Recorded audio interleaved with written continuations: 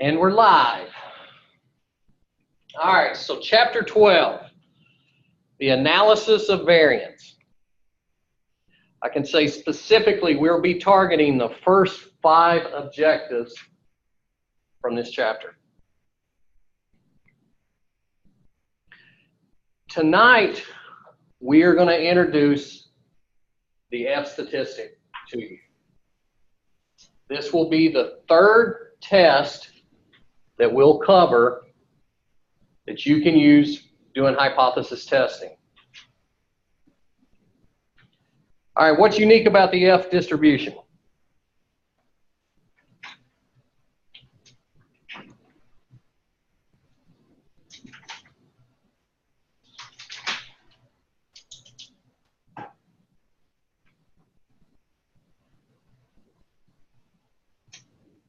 Who could summarize it for me?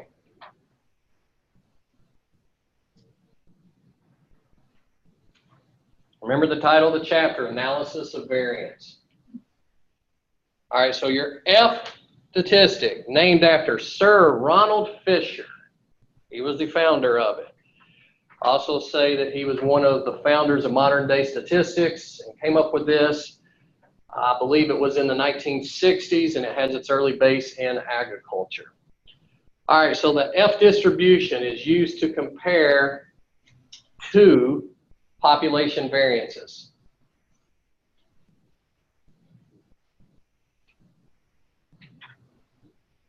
The ANOVA,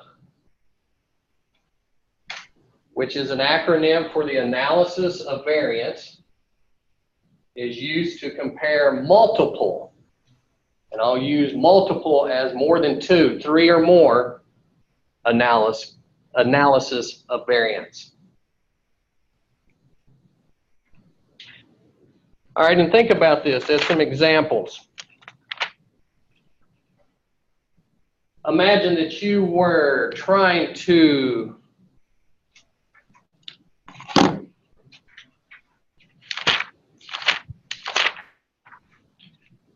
I'll share a real life example that was used. Does religious affiliation religious affiliation be used to determine family size?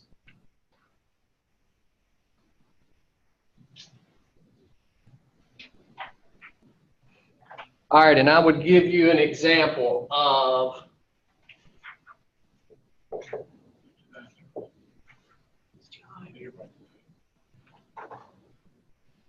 all right, so Catholic, Protestant, and we're going to say Jewish. All right, right now, we are trying to determine religious affiliation. We'll say religion to family size.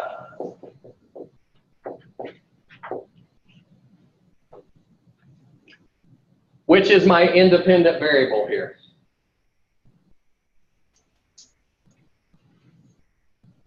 Your independent variable? My independent variable. No, it's got to be family size. Family size. My independent variable. Religion. I feel like it would depend on the religion you're in before we need to determine the family size. All right, your independent variable, I'm going to say, is the religion. Your family size, this will help you next week, but the religion, the family size is going to be the dependent variable. The family size, is it dependent upon your religion?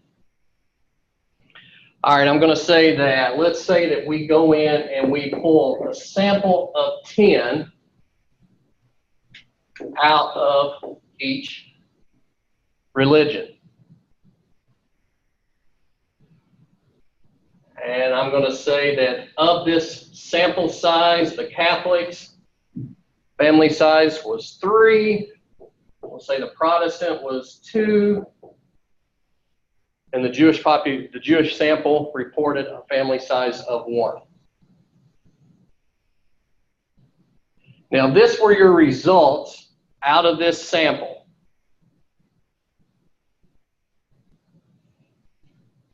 would you question, are these results based off of nothing more than chance?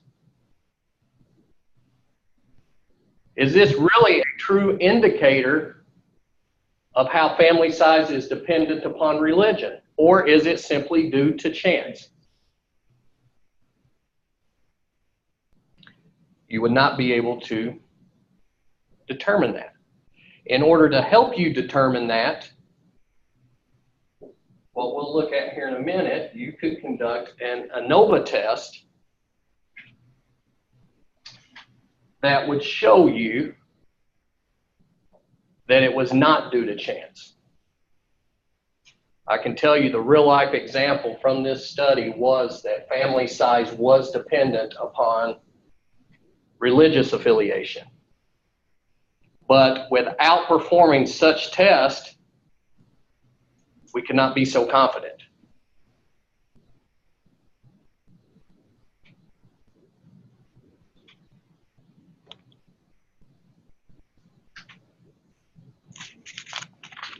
And I would tell you in this example, let's see who read ahead. What would be my null hypothesis in this example?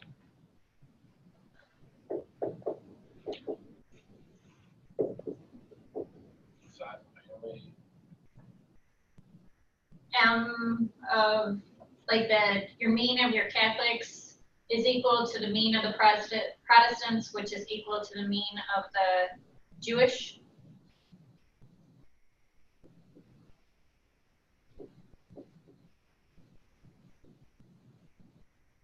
And of course, this would be that it would be not equal. So when we're looking at the F test, we're looking at ANOVA testing, your null hypothesis is always going to be that the means are equal. So in this example, we would have proved that this was false.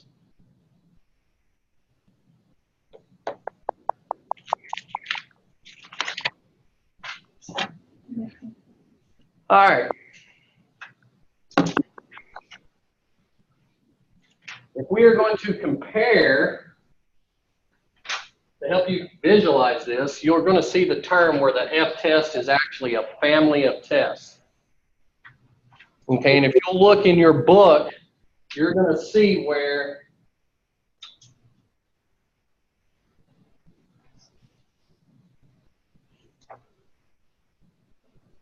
you're going to see charts like this. The F distribution is continuous because we're going to say as we continue to pull 10 members of each religion, we just said that it's going to support this plane down here. So each time we pulled, we would have a new distribution. Going to follow more of the normal distribution shape. And like the normal distribution, it is never going to touch this bottom axis.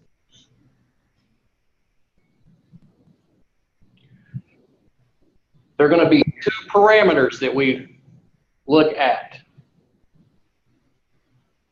First, the degrees of freedom in the numerator. So I'm going to picture degrees of freedom in the numerator and the degrees of freedom in the denominator. And if you look, you're going to see in your example where, let's just say this is 5 and 5. The degrees of freedom here would be 20 and 20. So as you have larger degrees of freedom, remember you're going to have a higher sloping distribution.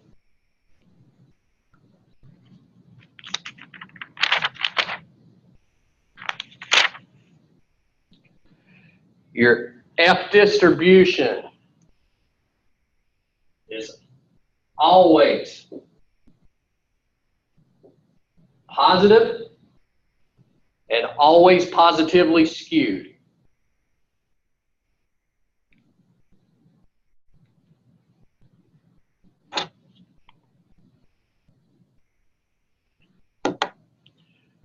Other examples.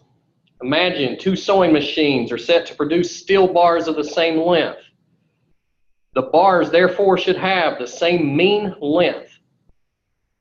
Manufacturer might want to ensure that in addition to having the mean same length, they also have equal variation.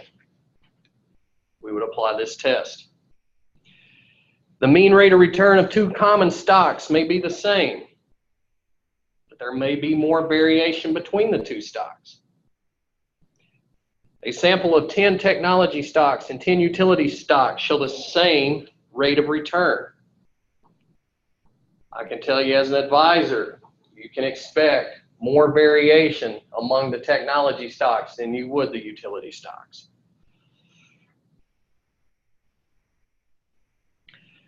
A study by the marketing department for the Wall Street Journal found that men and women spend about the same amount of time per day reading the newspaper.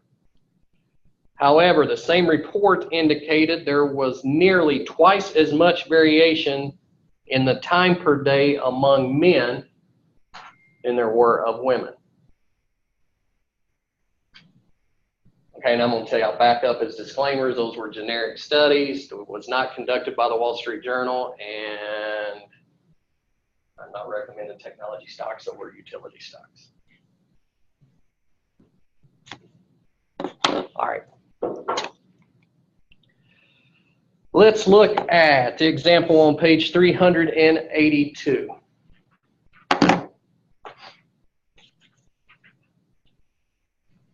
Someone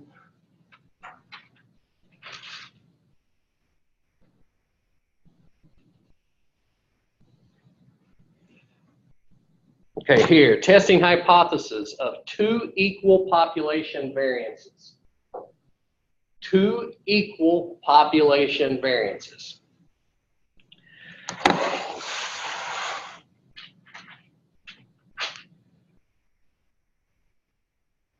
Okay, so what we are going to do, let's first put up formula 12.1.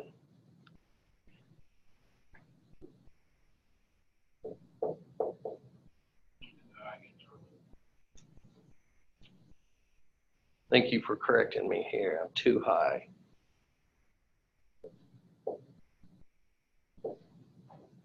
All right, so here's our formula from 12.1. All right, here's our example, page 382. Lamar's Limos offers limousine service from City Hall in Toledo to Metro Airport in Detroit. President of the company is considering 2 routes. One is via U.S. Highway 25 and the other by Interstate 75. He wants to study the time it takes to drive to the airport using each route and then compare the results. He collects the following sample data, which is reported in minutes. All right, so we're going to put US 25. And read me the minutes here on what we've collected. 52. 52, 67, 56, 45, 70, 54, 64. All right, now I-75. 59, 60, 61, 51, 56, 63, 57, 65. Okay, 2 routes. We collect the times off of each route, and we want to analyze the variance. So on US 25, what's the book instruct us to do?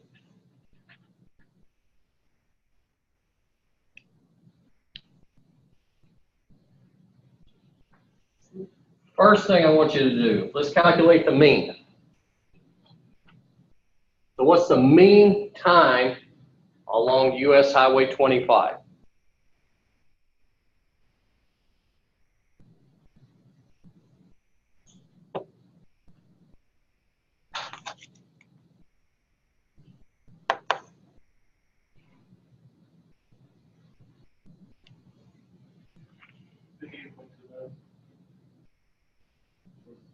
58.29. All right, so 58.29.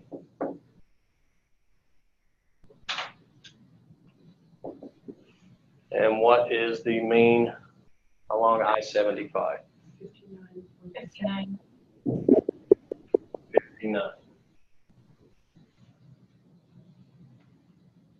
Taking a look, do they look very similar?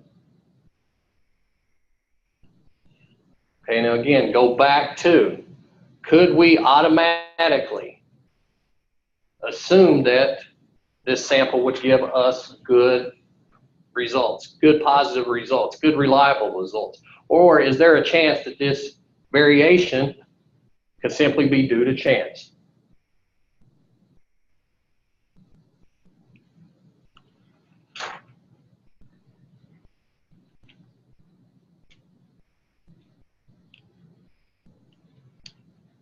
All right, along US 25, let's look at the variance. And we'll do the same for I-75. How would we calculate the variance?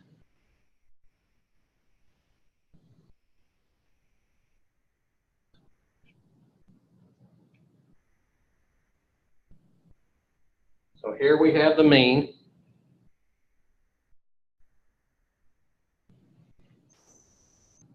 What's the formula for the variance?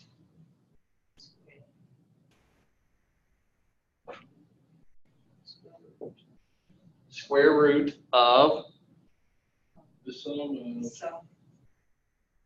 sum of, x minus x bar.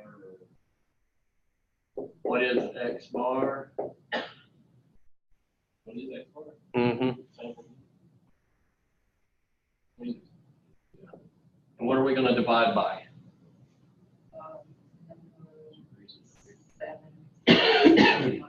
Your sample size minus 1. Okay.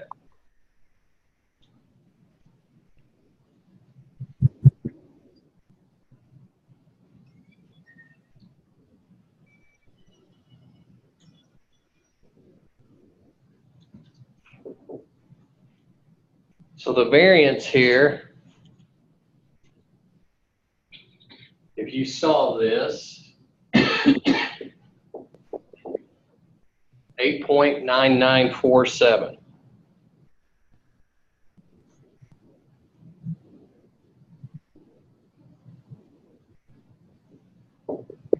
Square that. What are we doing?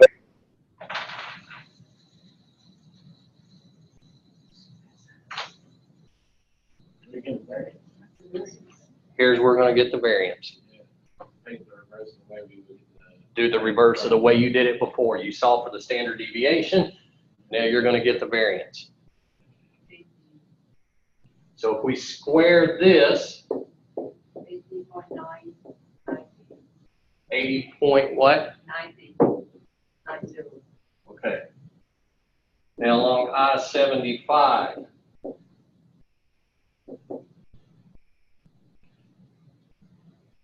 following this same formula, your standard deviation is 4.375.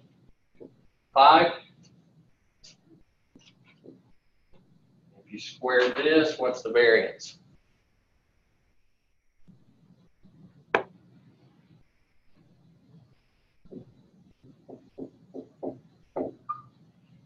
$19.1433.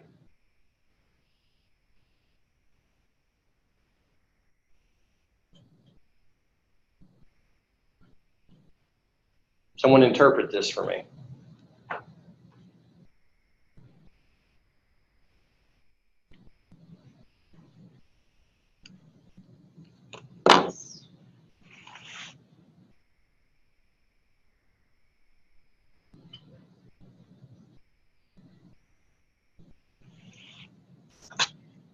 Where is there greater variance? Along which route?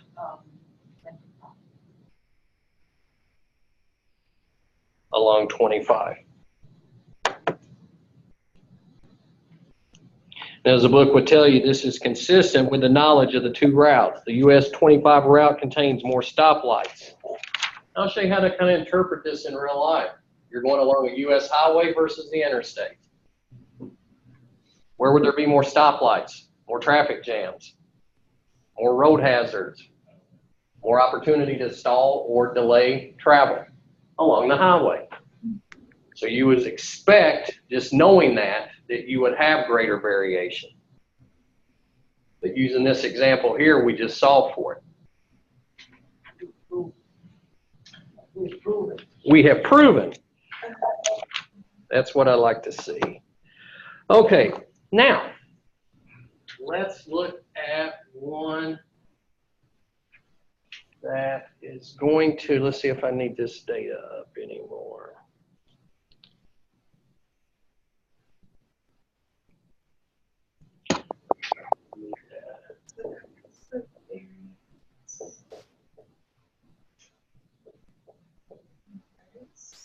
Okay.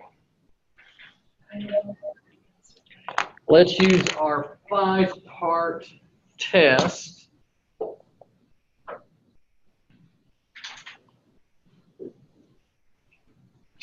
So the variance squared equals standard deviation. Okay, so our 5-step hypothesis testing. And let's test this. Because even though we have more hazards, the book tells us that the route along I-75 is several miles longer. So it is important to the company here that services be offered in a timely and consistent manner, regardless of which route.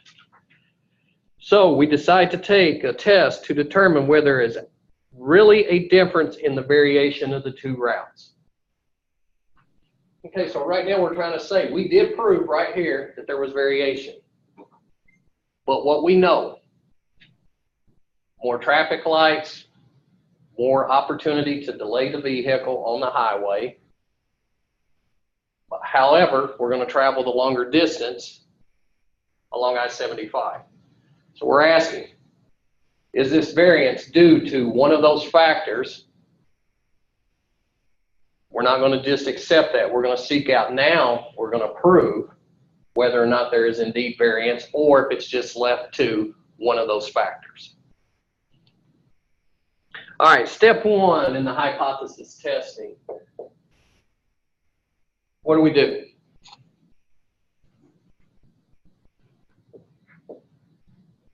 Just state our hypothesis. We state the null hypothesis. And what is the null hypothesis?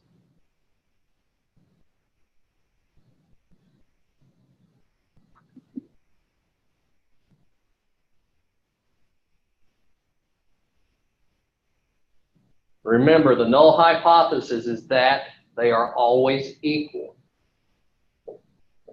So we'll say that the variance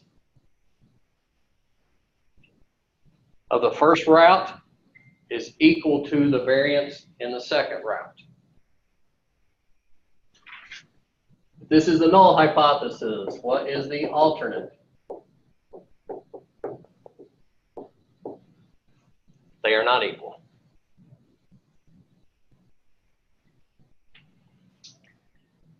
Step 2 is Significance level.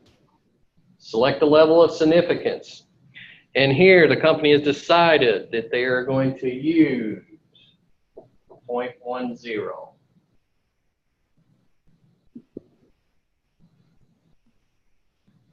Not quite as important as heart catheters.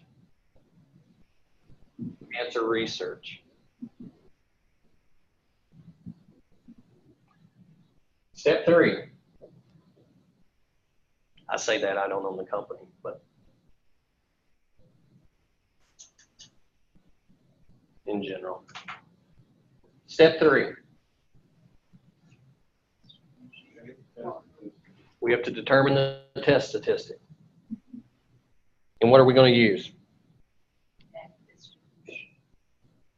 All right, since we're talking about it, let's use it. All right, we're going to use the F distribution.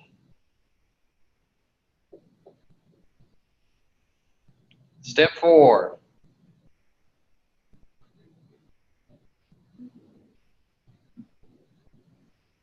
You need the critical value. All right, take the critical value. I'm going to summarize them here. Select a sample and make a decision. But yes, that would include comparing, when you make the decision, you're comparing it to a critical value. Okay. What in the prior example did we solve for our variances?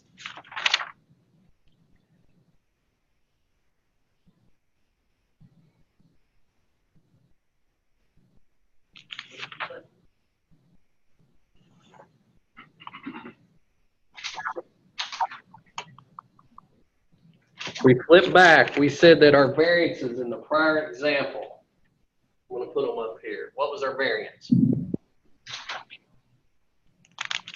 variance was, for, first one was 80.9.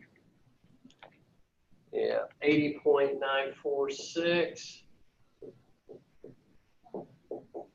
And the standard deviation was 8.9947. And then in the second, 19.143. we had 4.3753.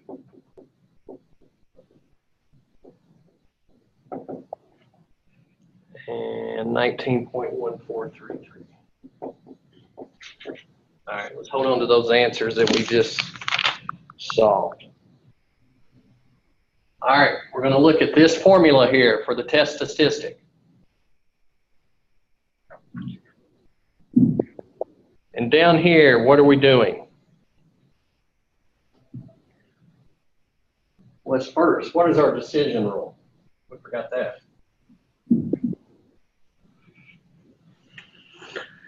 Step 4, formulate the decision rule. Okay, critical value, you said it, Nora, is obtained from, flip in the back and find appendix B4.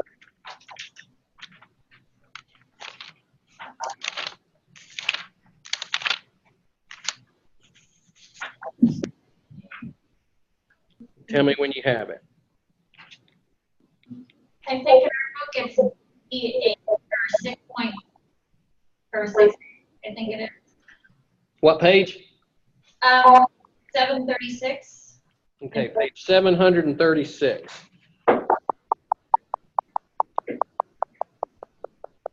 You're also going to notice in the problem that we're solving an insert from that table inside your chapter. But I want you to look at where they're getting these numbers from. Okay, it says here, because we are conducting a two-tailed test. Why are we conducting a two-tailed test? What makes this a two-tailed test? Equal or not equal. So in order to not equal, I could be on either side.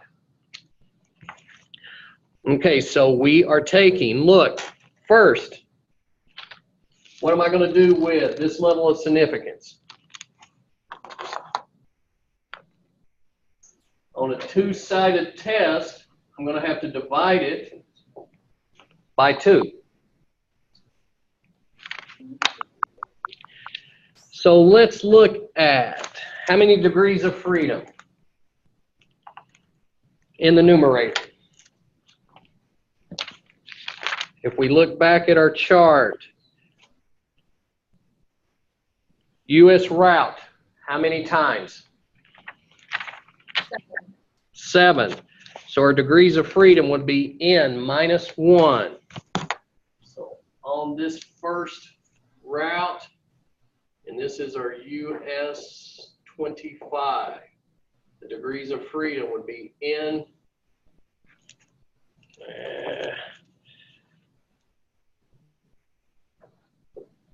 N minus 1 or 6 in the numerator. And in the denominator. 8. All right, in the denominator, we would have N minus 1 or 7. 7. N was 8.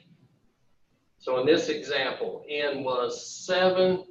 So 7 minus 1 gave me 6. And this right here is I-75. N minus 1 is 8 minus 1 or 7. All right, now looking at Appendix B4.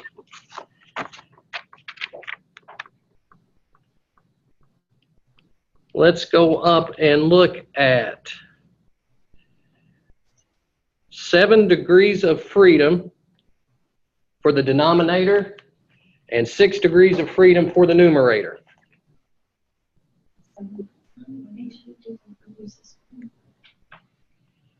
And what is my critical value?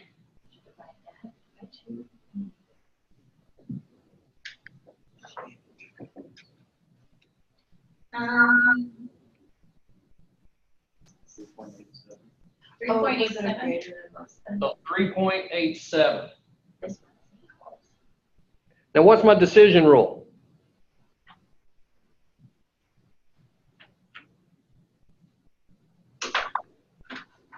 To reject the null hypothesis if, If let's see, F is,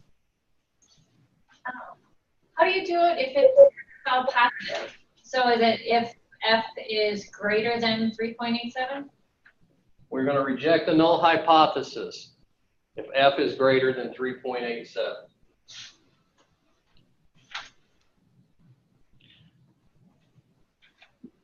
Now we're ready for step 5. Now we're ready to select a sample and solve, make a decision. So applying the formula for the F test. Let's plug in.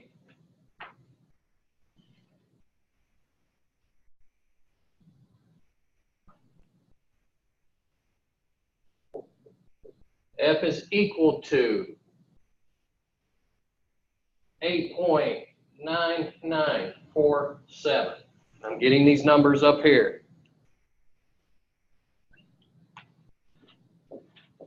Squared. And we've already squared here. 4.3753.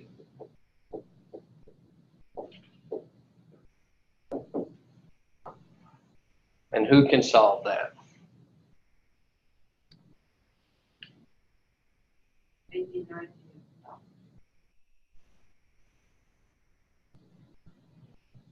Yeah, we solved this right here.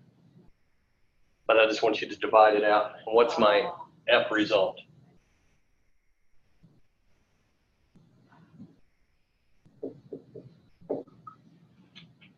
.23 is what we solved F to be. So the final step, interpret the results. What are we going to do? Looking back at our decision rule, reject the null hypothesis if F is greater than 3.87. Is 4.23 greater than 3.87? So we are going to reject the null hypothesis.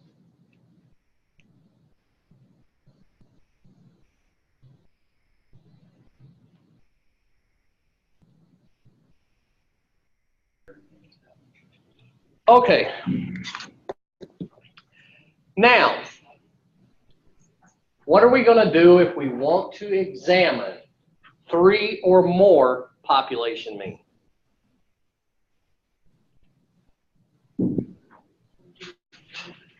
Like we did with the F test, when we just looked in the prior example, we compared 2 population means. Now we're going to move up to 3 or more. When we compared 2, what was the null hypothesis? That the means were equal. We're going to continue with that. So when we're testing 3 or more, the null hypothesis is the means will be equal. The alternate hypothesis is at least one of the means are different. Remember, if the null is all are equal, the alternate would just include one being not equal. The test statistic, we're still going to use the F test. The decision rule, like we saw before, is to reject the null hypothesis if F that we compute when we solve for F is greater than F shown in the table. Okay? And let's look at page 389.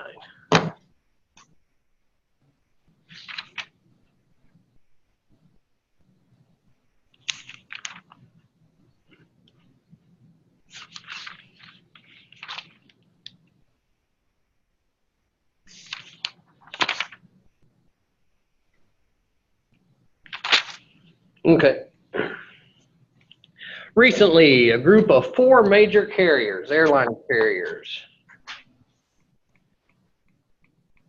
Let's get up to this example.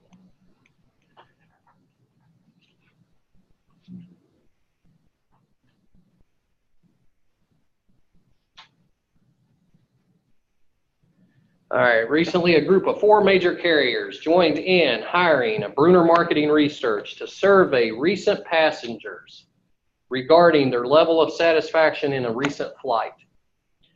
The survey includes questions on ticketing, boarding, in-flight service, baggage, handling, pilot communication, and so forth.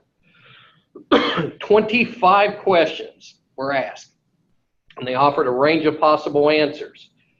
A response of excellent was given for a score of 4. 3 indicated good. 2 was fair, and poor was 1. These responses are then totaled, and the total score is an indication of the satisfaction with their flight. And if we start, we see this table in the very top. We have Northern Airlines, WTA, Ponaco, and Branson. So for Northern,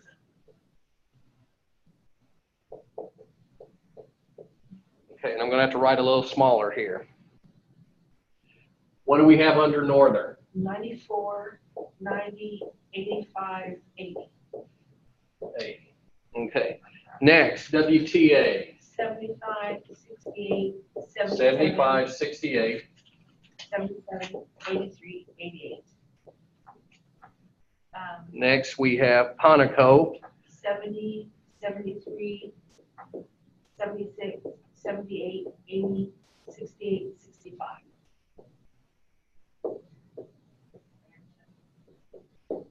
And the last one is Branson.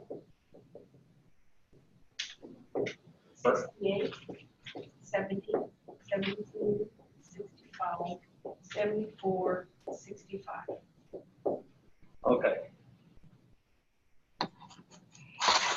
What is the null hypothesis?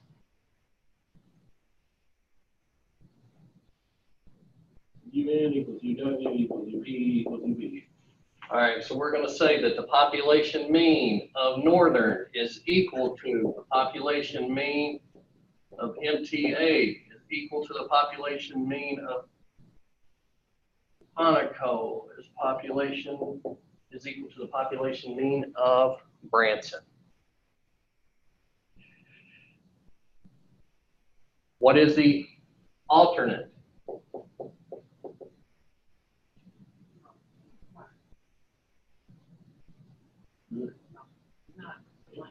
One of the means is not equal.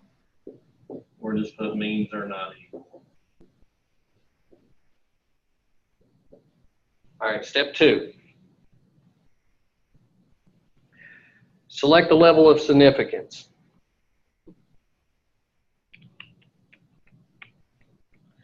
Okay, we have selected the 0.01 level of significance.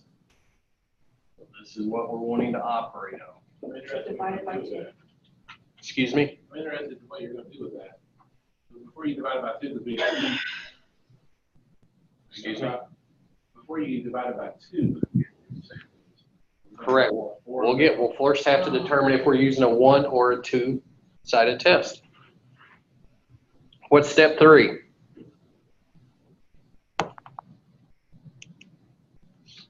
And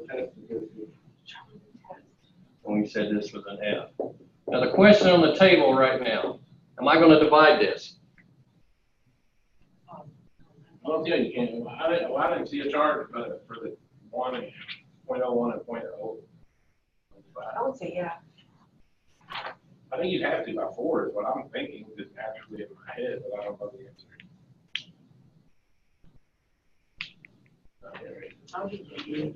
I have a yes, I have a no, I have, Almost like yes. I would say, yeah.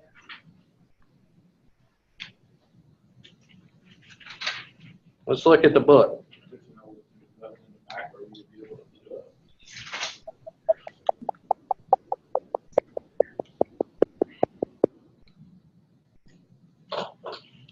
Now go back to, remember, how do we know when we're looking at a 2-sided test? It's 2-sided test. It equals or it doesn't equal. It equals or it doesn't equal. Is this Oh, but a, we don't have it yet, I think. Oh, it's because it's a 2-sided test, correct? Not the number of. is it a 2-sided test? Yes. Okay, So it has to so be if it's a divided by 2-sided test,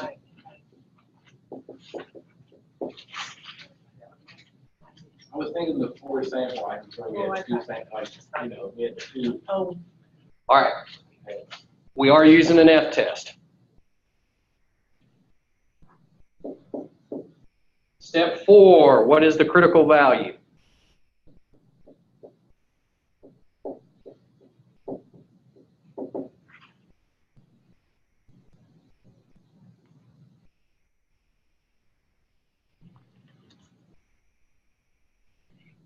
So here you're going to have to flip back to the Appendix B4.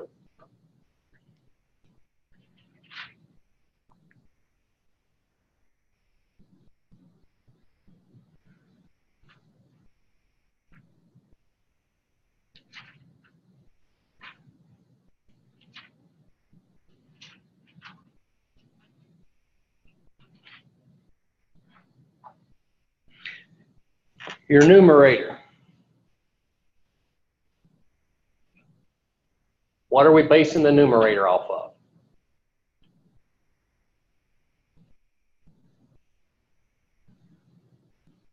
definition.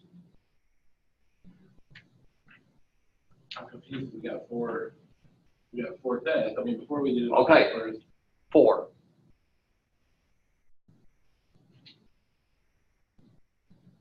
Now, how many observations do we have?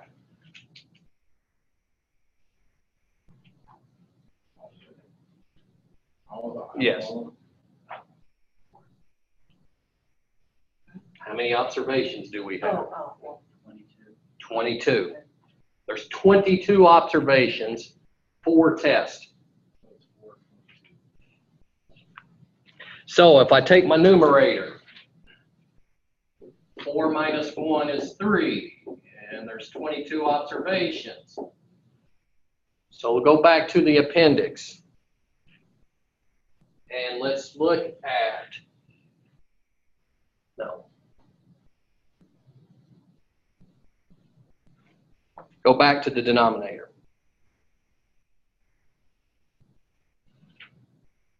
It'll be 22 minus 4. Your numerator is going to be designed as n minus k. A number of tests will define as k. So your denominator, n minus k, 22 observations minus the number of tests.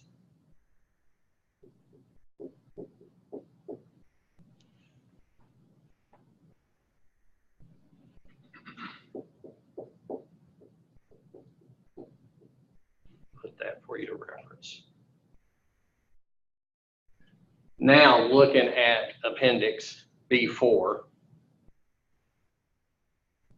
tell me, what is my critical value?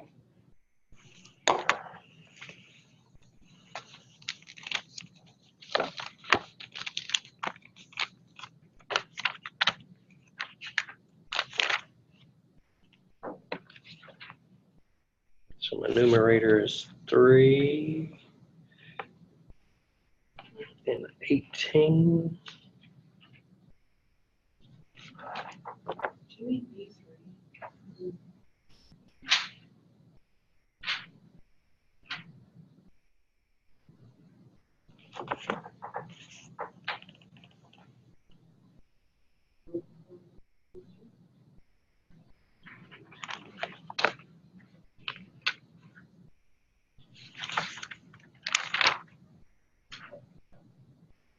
So it'd be 3.6, right?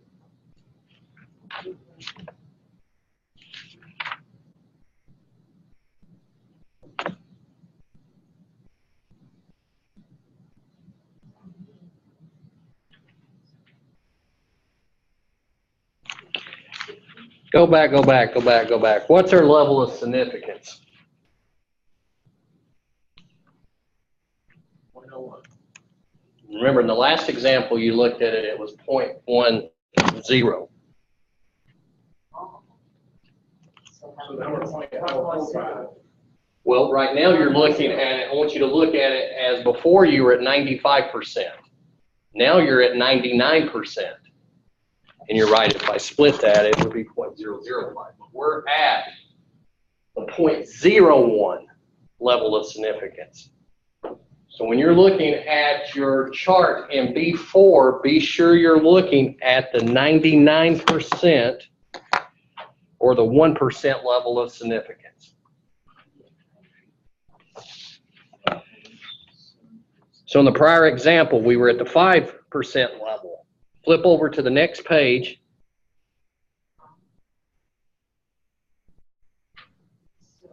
And go across to where we find 3 degrees of freedom for the numerator and come down to 18 degrees of freedom in the denominator. And you get 5.09.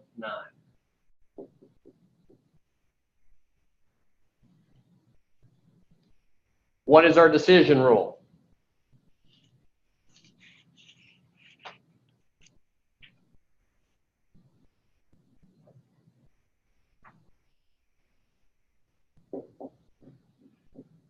We're going to reject the null hypothesis if the computed F is greater than 5.09.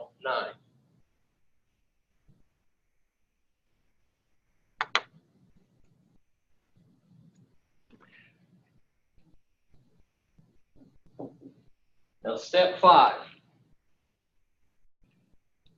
We're going to select a sample, perform a calculation, and interpret the results.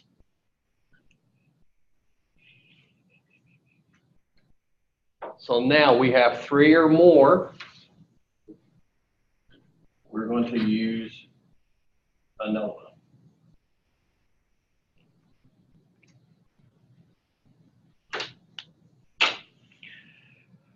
Okay, so first we have to build an ANOVA table.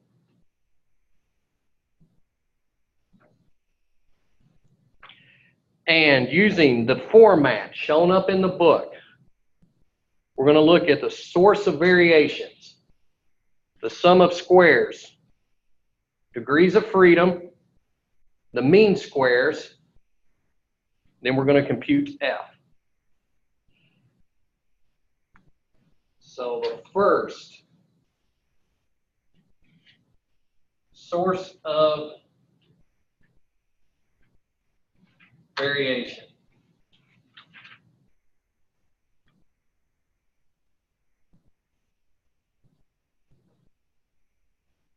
sum of squares.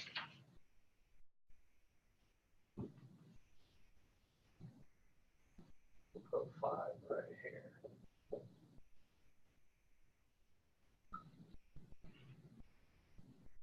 Okay, sum of squares.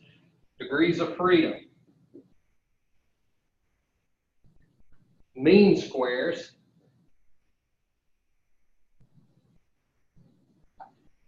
And finally, we'll compute F.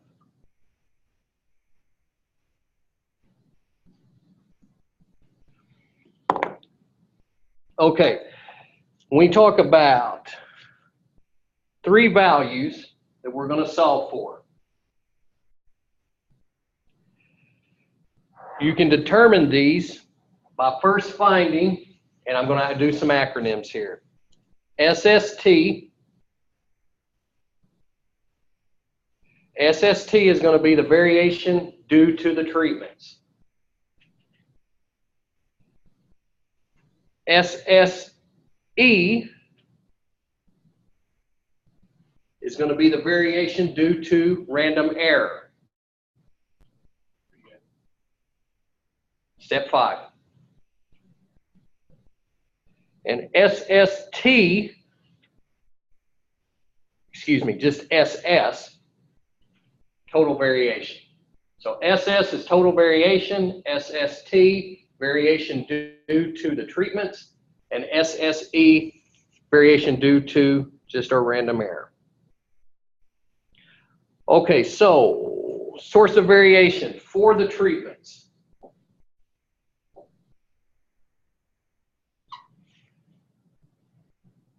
We said would be SST.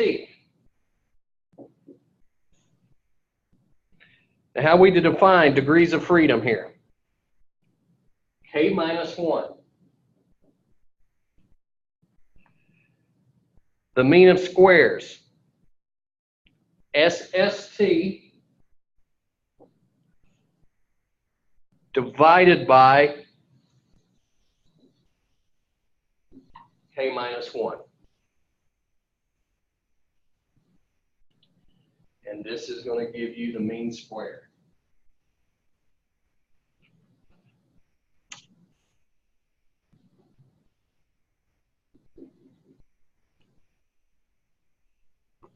All right, now, source of variation for the errors. I said this we would call SSE.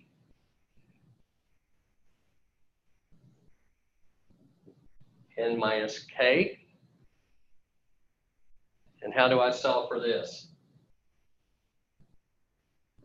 SSE divided by N minus K. And what are we going to call this? Mean of errors. And we're solving for the S. What are we dividing?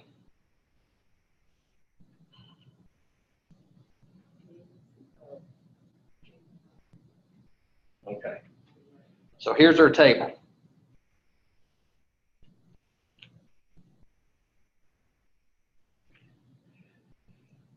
Total variation.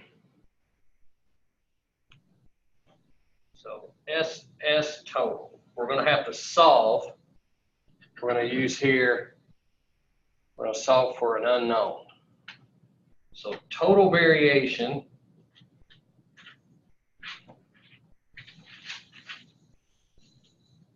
is equal to what?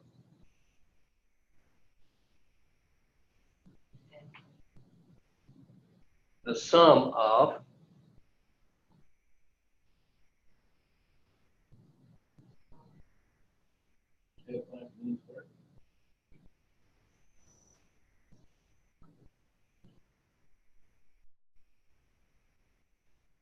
interpret this formula for me. Look in your book and interpret that formula for me.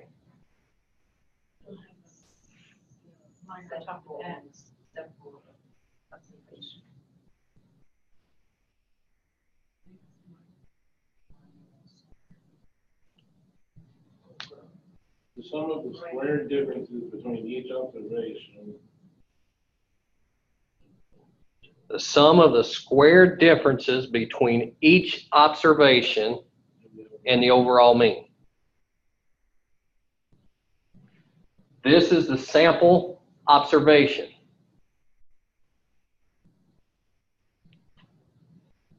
This is the grand mean. So that's the mean of all 4 samples. The mean of all 4 samples.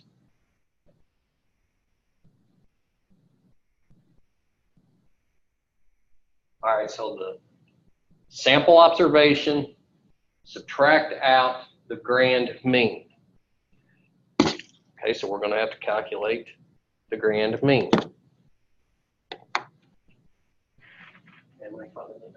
So what's my grand mean?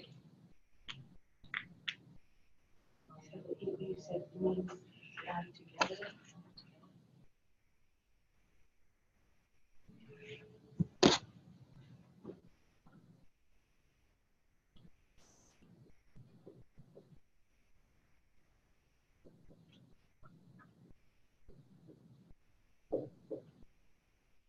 Okay, so the grand mean, let's sum up these columns.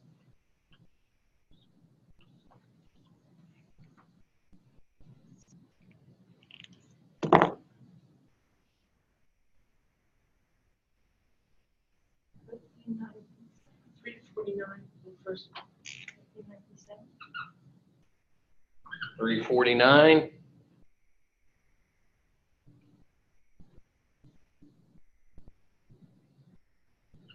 $391.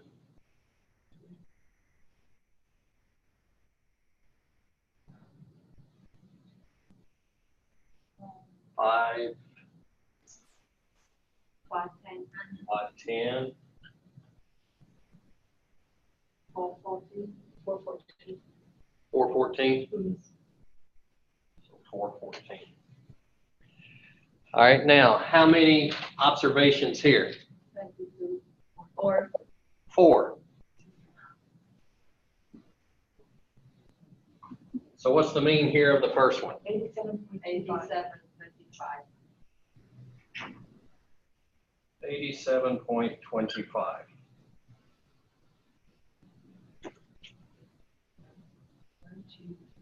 I'm going to try to keep all this on one board. So divided by 4. What did we say it was? 87.25. Okay. And then 391 divided by 78.2. 70.82. 78.2. 78.2. 78.2. And then 72.86. 510 divided by 72.86. 72.86. 59. And 414 divided by 5, 6 is what? 69. 69.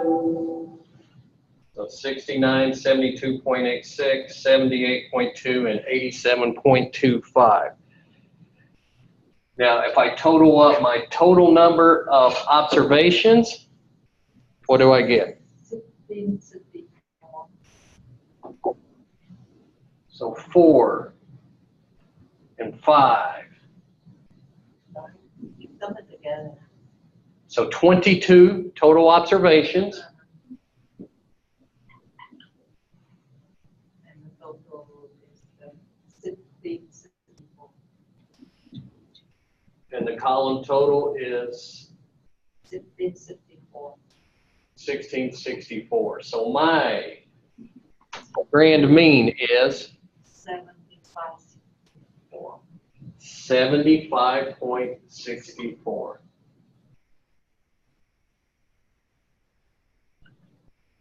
This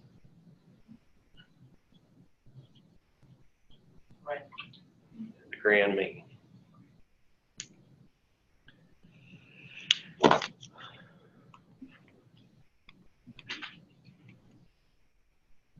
Okay, next.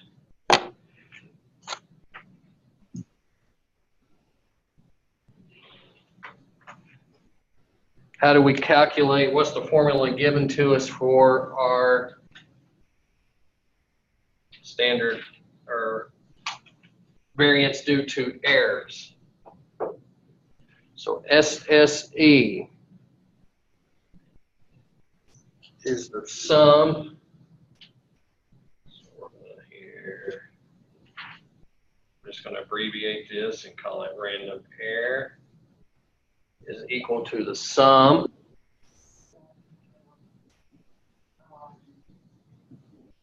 Except 20.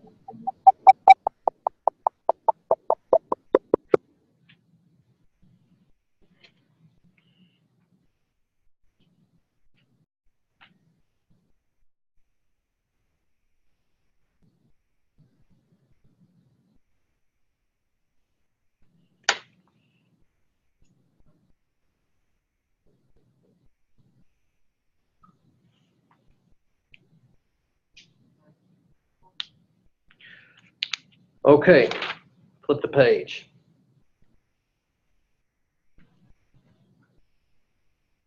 So what's the next that we have to do? We have to find the deviation from each observation.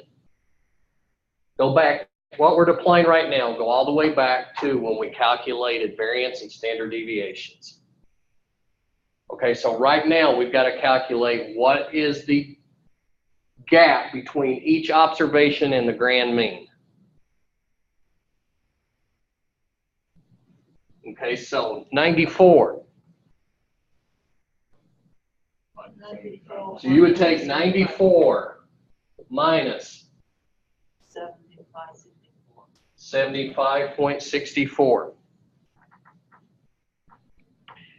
And you're going to do that for each observation.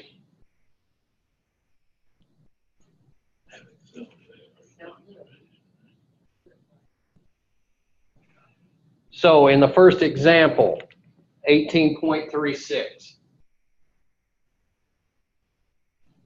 And you see where the book has solved these for you. 14.36. 9.36. 4.36. And read them off for me for WTA. Negative 0.64, negative 7.64, 1.36, 7.36, 12.36. For Conoco. Okay. So we're calculating variance here. Okay. Negative 5.64, negative 2.64, 0.36, 2.36, 4.36, negative 7.64, negative 10.64. Make sure you're listening to the volume on this video if you go back and watch it. This is going to look, it's going to look very jumbled. Don't just rely on the photograph. Okay. For Branson. Negative 7.64, negative 5.64, negative 3.64, negative 10.64, negative 1.64, negative 10.64. All right, so what we did is we calculated the the gap between each observation and the grand mean. We're still focusing up here on this grand poobah. Now, what do we have to do with each one of these?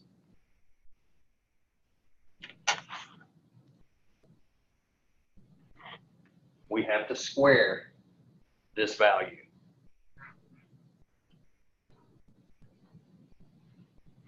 Okay, so what I'm going to do at this point,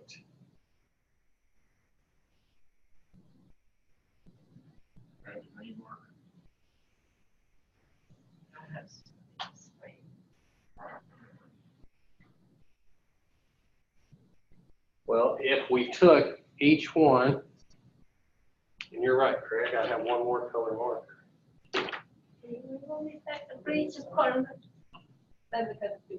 But if I took each one of that and I square it, so 18.36 squared is, Is, give me a second, 337.09. all right, we're not going to go back and square all of these. But if you look in your text, you see where each one of these have been squared and put into your chart.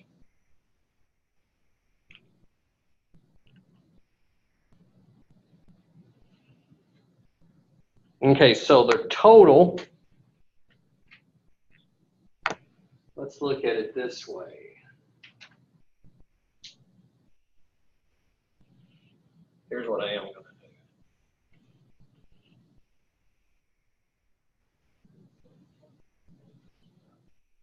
We're just going to start with these numbers here.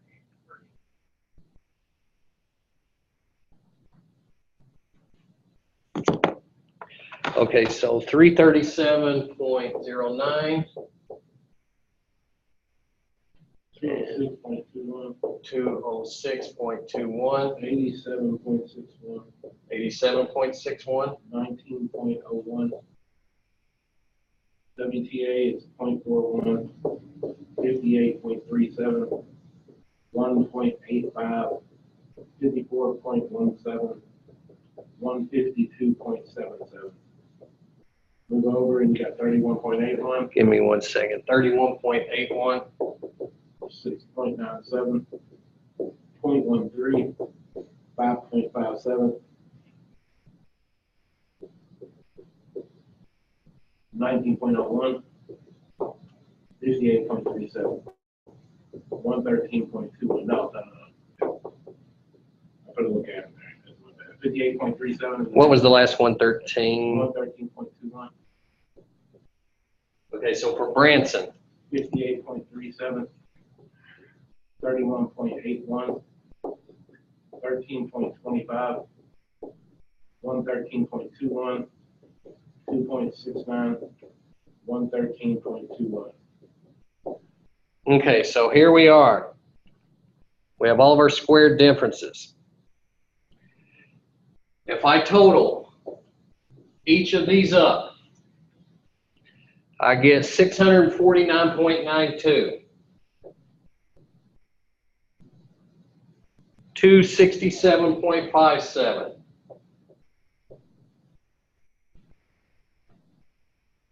235.07.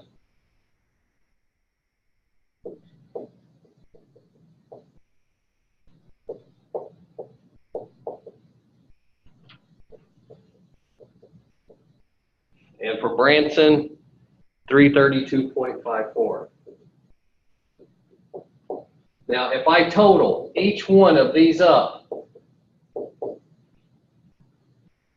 what do I get?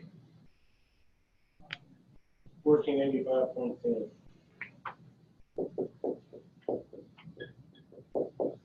This becomes my total variation. This becomes my SS.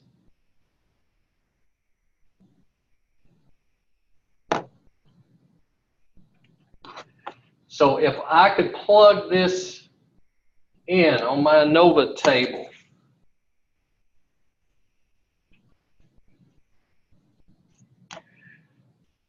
for the treatments, so SS, sum of squares. Okay, so what do I have to solve for next?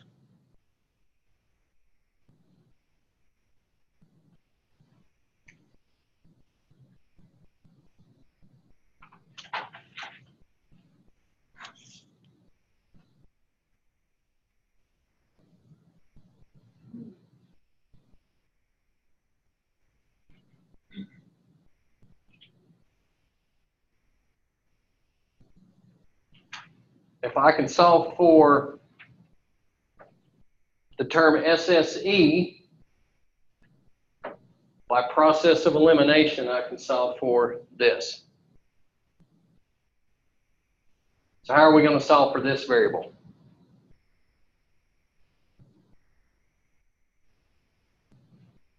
Your simple mean.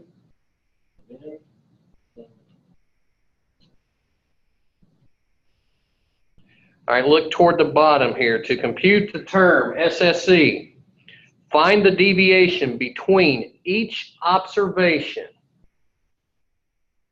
and its treatment mean. So look in this first example. Passengers on Northern Airline is 87.25. So flip back when we calculated the mean for Northern. Our mean was 87.25.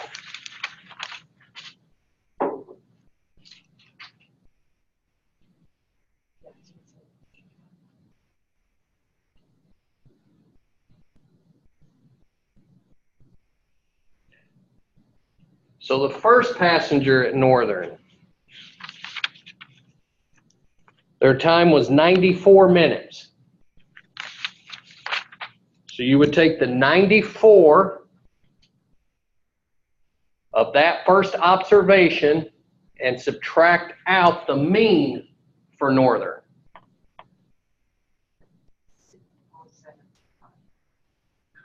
And that's going to give you 6.75.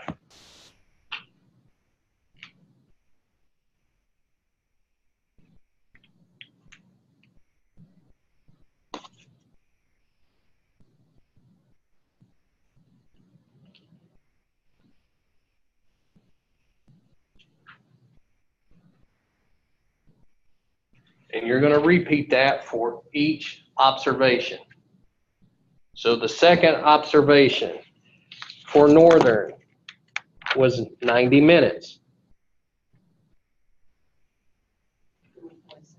So 90, subtract out the mean of 87.25, gives us 2.75.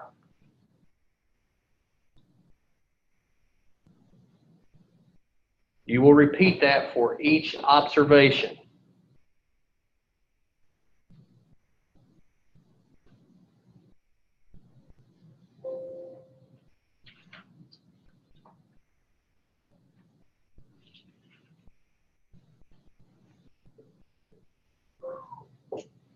I'll put them up here for Northern.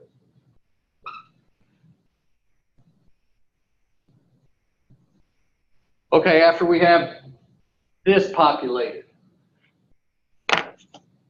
we're getting toward the end here.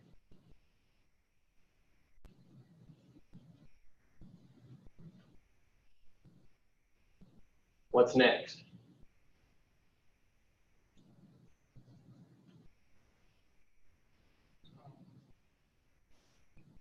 Each of those values are squared.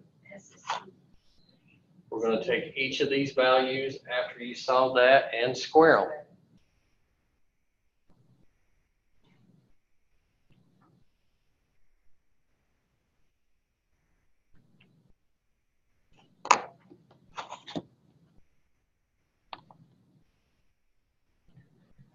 them. So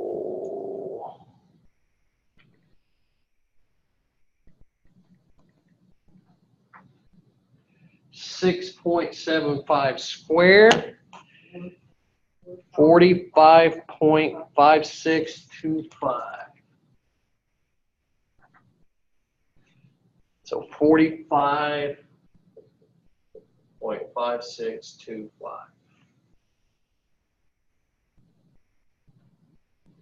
If I had enough room, I would just continue to build these out. And again, this should look very familiar to when you calculated early in the class, variance and standard deviation. Okay, so we're going to sum up here. Once you did all of this through, so you square each observation and then you sum those. we're gonna draw this to let them know that you've summed. And for Northern, we get 110.75. For WTA, 234.8. For Poneco, 180.86. And for Branson, 68.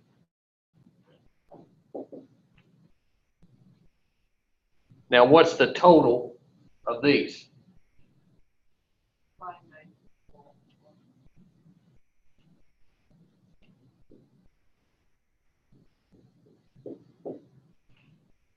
You just solve for this.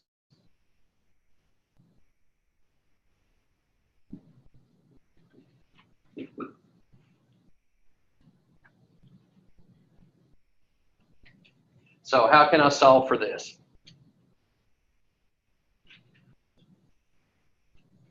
So here's the SS term, here's the SSE. And how can I solve for SST?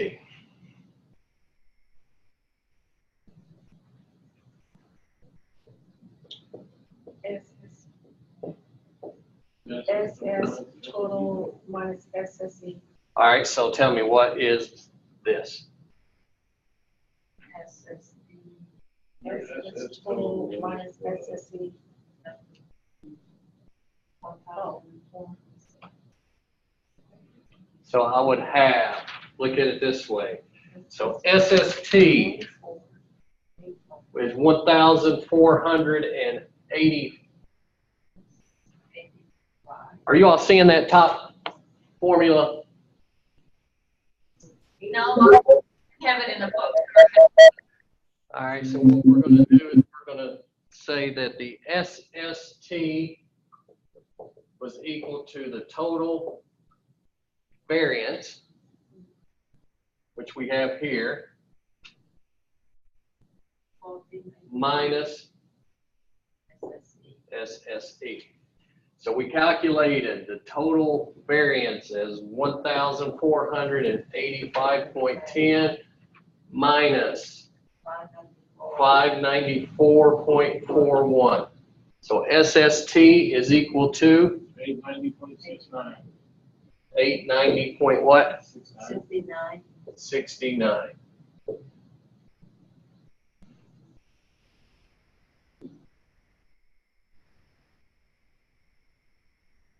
These would be the key figures.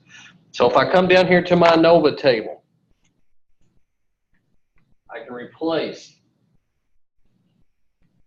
the term SST with what?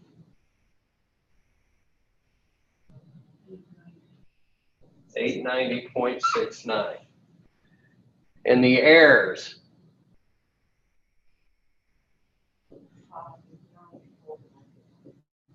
$594.41. And if you added that,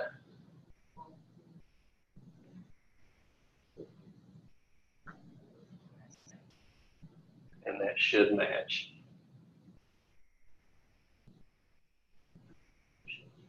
Total variance. Okay, now the degrees of freedom. K minus 1.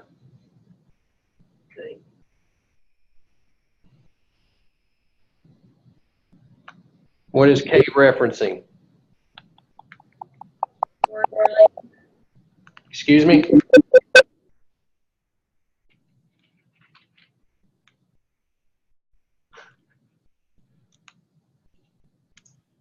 Noise interruption. But I see sign language. Where are you getting your 4 from? There are 4 My what? groups. 4 airlines, 4 groups, you're right. So K is the number of groups we have. So 4 minus 1 is 3. And again, how many observations did we have?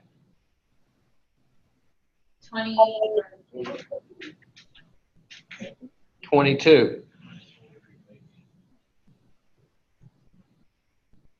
No. Yeah. minus 18.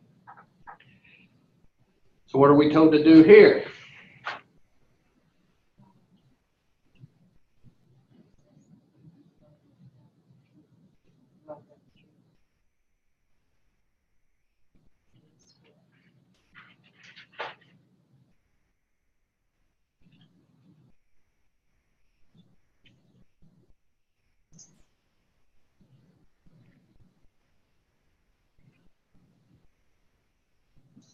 So would that be the 90 divided by, for the SST divided by K minus 1?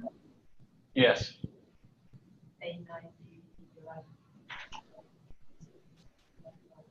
So the 890.69 divided by K, which we defined as the number of groups for airlines minus 1, so 896 divided by 3,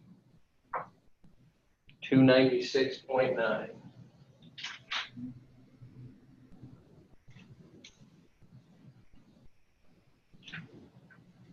Now, here for the errors. So remember, we're going to look at the variances that were due to random error, which is this figure.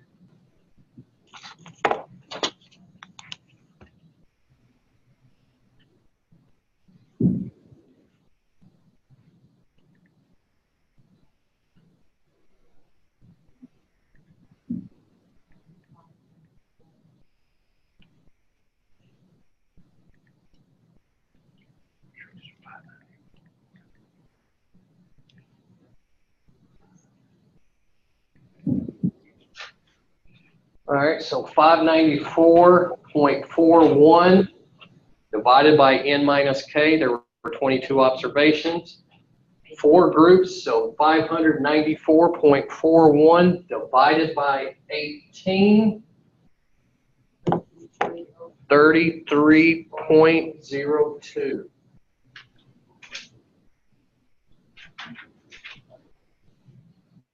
And finally,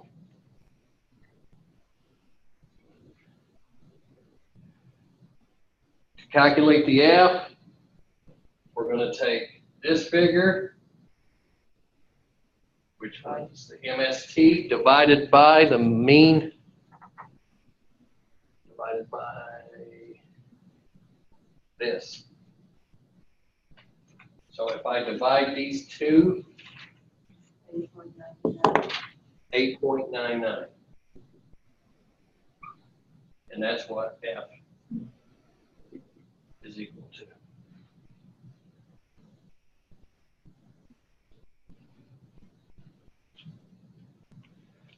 So, interpret these results. We're gonna reject. Since this figure is greater than 5.09. 5.09,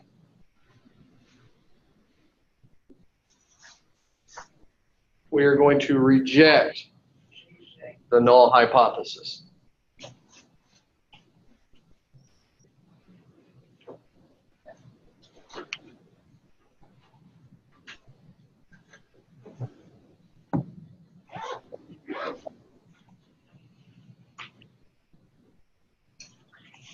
Now, as you can imagine, we erased, we still held it on one board. This is a very tedious and manual calculation. I encourage you, after you go through it once, that you get familiar with your statistical software packages, starting with Excel, starting with the add-ins that you can do with Excel. Remember, you have an add-in for statistical packages, and also if you've been able to use some of the other programs in the text. It would speed this up a whole lot. Recommend to use software. I'm challenging each of you to go through one of these once. But then I expect you to get familiar with software packages. It'll speed it up. You won't look like me. You'll keep your hair. And I think Craig said most finance people we know is we're go bald and lose our hair anyway. But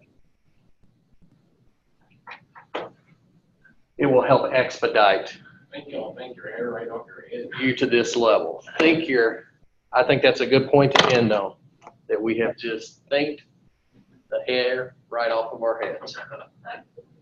We used this that is,